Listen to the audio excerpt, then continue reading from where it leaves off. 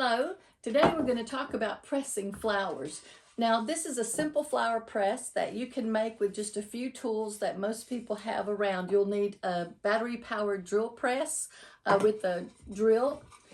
This is about a 1/2 inch, and I drilled holes in the 4 corners of 2 scrap pieces of plywood, and then I got these carriage bolts at the hardware store to slide through the holes, and I have wing nuts and washers that screw it down tight when the press is full. So let me measure this. It's 9 1/4 inches by 13. So that's a good size. I would press just about any flower. I can't imagine a flower that would be bigger than that. You'll need some cardboard, and I've cut the corners off of this. It usually comes in packing material, scraps.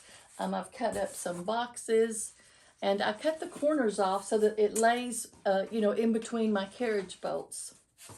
So the carriage bolts I put in before I get started. And here are my washers and the wing bolts that I'll tighten it down with when I'm done. So that's that. Now you'll need some scrap paper, lots of scrap paper, any junk mail, old, if you've had work evaluation reports, or even just some scrap paper. This is just some thin tracing paper that probably is left from the 80s, before we had printer copiers that were in regular use. So just any kind of scrap paper, even if you just have some old manuals that maybe you don't use anymore, how-to books or that sort of thing, any kind of paper, you'll want that to absorb the flower moisture as it's drying. Now I start with a piece of cardboard on the bottom, so that's just the first layer, and then I'll put down a couple of layers of paper. Let's just do that. That's about 3 sheets of paper. And I'm going to dry these zinnias. Now I cut the top off. I don't dry a stem. Another thing I'll use cardboard for, I cut holes in it. Now this is probably used for a sunflower. You can see the big hole, but this is a smaller one. We'll use it for the zinnia. And the purpose of this is to give you've got this thick back, and you want that zinnia to be able to be held up.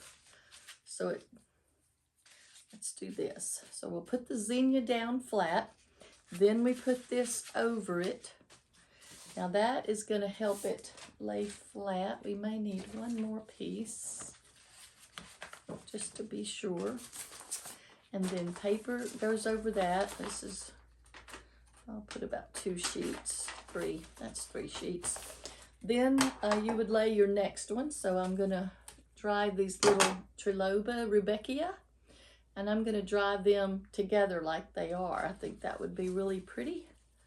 I want to be sure their petals are positioned good. Here's another one. I'll dry it by itself. Here's a little Veronica. I'm going to strip the leaves off. And I think I'll snip off some of these little side shoots so that it's just the central piece. You can see we just want that one. Cut a little bit of the stem off too. I'll just lay that down there. I try not to crowd the flowers when I'm drying them, or put too many on at a time.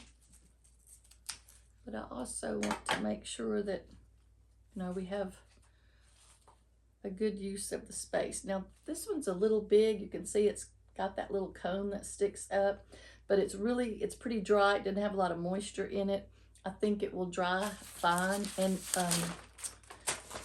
it won't need the support that zinnia will. So that's that. And we're going to put a layer of cardboard right there. And then, what else have we got? We have some lisianthus. It's really pretty lisianthus. This is a chateau variety. Press it. Snip that off. I'm going to leave the leaves on it and see how they do. We'll just lay that. There's another one. Cut some of this off. I dry that separate. I'm going to leave this little bud on this one. Now the stem's going to be too long. There we go. Just lay that. And maybe this little celosia. Oh, has just a hint of pink. Let's lay that there. And paper. I'll put about 4 sheets of paper over it. And then more cardboard. And so you just keep layering your flowers the same way. Just keep cardboard, paper, then your flowers. Here's some more scabiosa. Can lay that there. Let's cut these apart.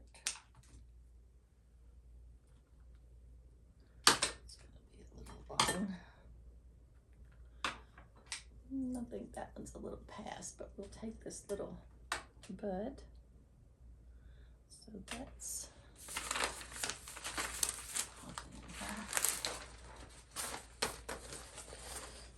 we'll lay paper over it. And I just keep using the same paper over and over. I don't look. This was an old shelf. A box at an adjustable shelving rack for the cabinet came in. So any kind of scrap cardboard will work. And there's no, and I just keep using the same papers and the same cardboard over and over. Now I've got some big zinnias here, and I really want to try to press them. Got couple of more cardboard pieces. This one's not quite as flat or puffy as the last one. See if I can get it in the center and get the cardboard positioned over it. Probably still need another piece of cardboard. Do I have any more cardboard with holes in it? I don't think I do. Here is a piece of cardboard on a box. Yeah, there we go. Just cut your little hole in it. I don't need a big piece for this zinnia. If it was a sunflower, it would need to be a bigger piece, but you just need that little hole to give you some height and give you some protection so it doesn't smash that back piece of the zinnia. Then I'm going to use about 3 pieces of paper. There we go.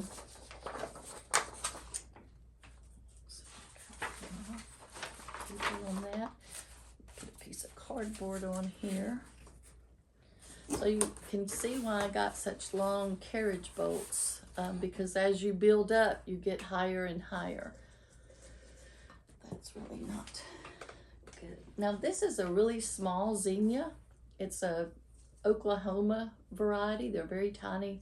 I really like them in bouquet work. And I'm gonna see how it will dry. Just kind of like we did the Lissies, laying flat.